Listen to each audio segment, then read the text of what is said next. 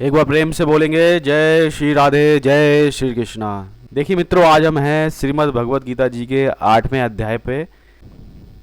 अक्षर ब्रह्म योग नामक इस अध्याय में आपको 28 श्लोक संख्या मिल जाती है। इससे पहले के जो अध्याय हैं वो सब हमने कर लिए हैं, उन सबको आप देख सकते हो, डिस्क्रिप्शन बॉक्स में उनके लिंक हैं।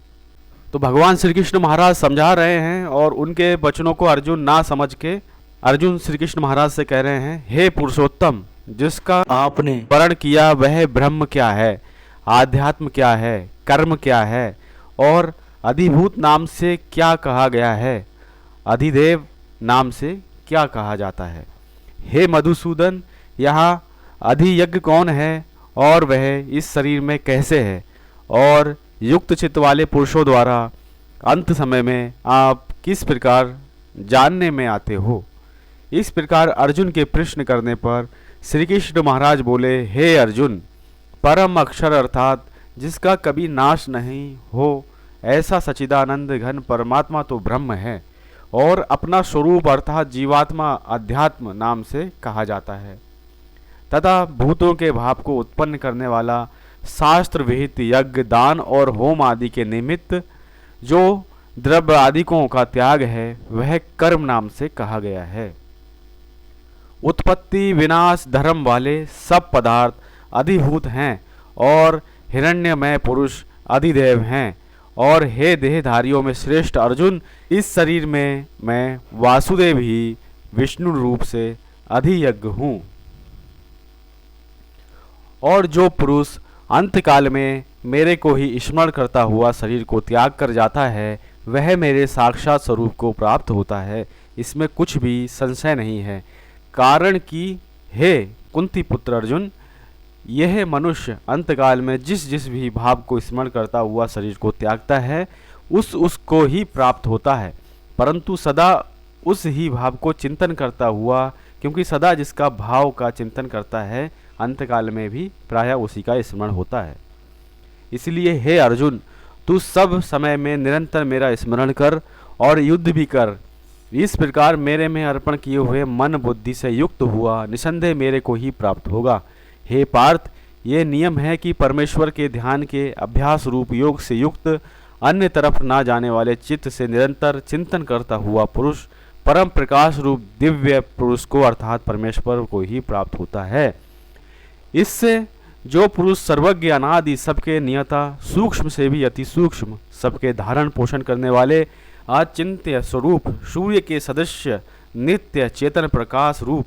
अधिविद्या से अति परे शुद्ध सच्चिदानंद घन परमात्मा को स्मरण करता है, वह भक्ति युक्त पुरुष अंतकाल में भी योग बल से भ्रकुटी के मध्य में प्राण को अच्छी प्रकार स्थापन करके फिर निश्चल मन से स्मरण करता हुआ उस दिव्य स्वरूप परम पुरुष परमात्मा को ही प्राप्त होता है। हे अर्जुन, वेद के जानने वाले विद्वान जिस सच्चिदानंद घन स्वरूप परम पद को ओमकार नाम से कहते हैं और आसक्ति रहित यत्नशील महात्मा जन जिसमें प्रवेश करते हैं तथा जिस परम पद को चाहने वाले ब्रह्मचारी का आचरण करते हैं, उस परम पद को तेरे लिए संक्षेप से कहूँगा। हे अर्जुन, सब इंद्रियों के द्वारों को रोककर अर्थात इंद्रियों को विषयों से हटाकर तथा मन को हृदय में स्थिर करके और अपने प्राण को मस्तक में स्थापन करके योग धारणा में स्थित हुआ जो पुरुष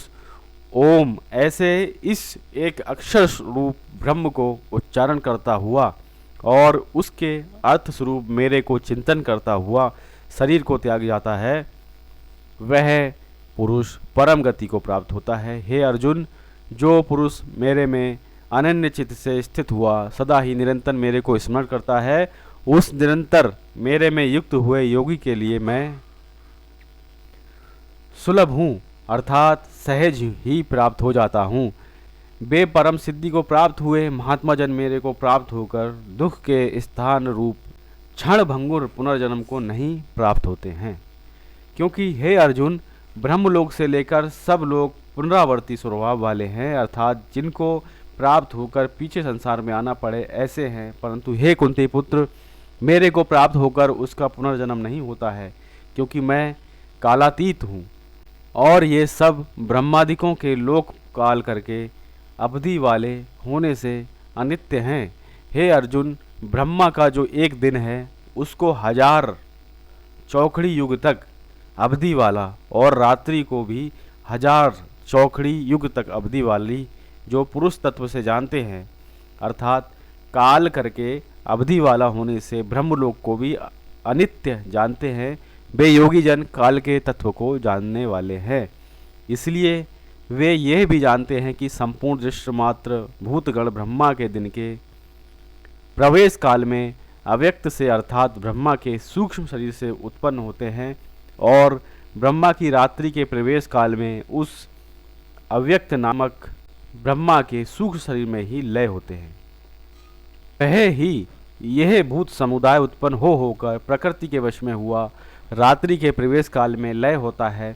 और दिन के प्रवेश काल में फिर उत्पन्न होता है। ये अर्जुन, इस प्रकार ब्रह्मा के 100 वर्ष पूर्ण होने से अपने लोक सहित ब्रह्मा भी शांत हो जाता है, परंतु उस अव्यक्त से भी अति परे दूसरा अर्थात विलक्षण जो सनातन अव्यक्त भाव है, वह सच्चिदानंद घन पूर्ण ब्रह्म परमात्मा सब भूतों के नष्ट होने पर भी नहीं नष्ट होता है। जो वह अव्यक्त अक्षर ऐसे कहा गया है, उस ही अक्षर नामक अव्यक्त भाव को परम गति कहते हैं, तथा जिस सनातन अव्यक्त भाव को प्राप्त होकर मनुष्य पीछे नहीं आते हैं, वह मेरा परम धाम है। और हे पार्थ,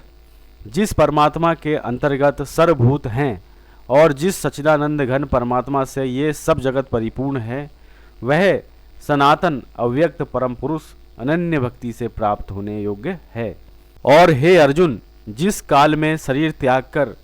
गए हुए योगी जन पीछे ना आने वाली गति को और पीछे आने वाली गति को भी प्राप्त होते हैं, उस काल को अर्थात मार्ग को कहूँगा। उन 2 प्रकार के मार्गों में से जिस मार्ग में ज्योतिर्मय अग्नि अभिमानी देवता है और दिन का अभिमानी देवता है तथा शुक्ल पक्ष का अभिमानी देवता है और उत्तरायण के 6 महीनों का अभिमानी देवता है, उस मार्ग में मर कर गए हुए ब्रह्मवेत्ता अर्थात परमेश्वर की उपासना से परमेश्वर को परोक्ष भाव से जानने वाले योगी जन उपरोक्त देवताओं द्वारा क्रम से ले गए हुए ब्रह्म को प्राप्त हुए हैं। जिस मार्ग में धूमाभिमानी देवता है और रात्रि अभिमानी देवता है तथा कृष्ण पक्ष का अभिमानी देवता है और दक्षिणायन के 6 महीनों का अभिमानी देवता है, उस मार्ग पर मरकर गया हुआ सकाम कर्म योगी उपरोक्त देवताओं द्वारा क्रम से ले गया हुआ चंद्रमा की ज्योति को प्राप्त होकर स्वर्ग में अपने शुभ कर्मों का फल भोगकर पीछे आता है। क्योंकि जगत के ये 2 प्रकार के शुक्ल और कृष्ण अर्थात देवयान और पितृयान मार्ग सनातन माने गए हैं।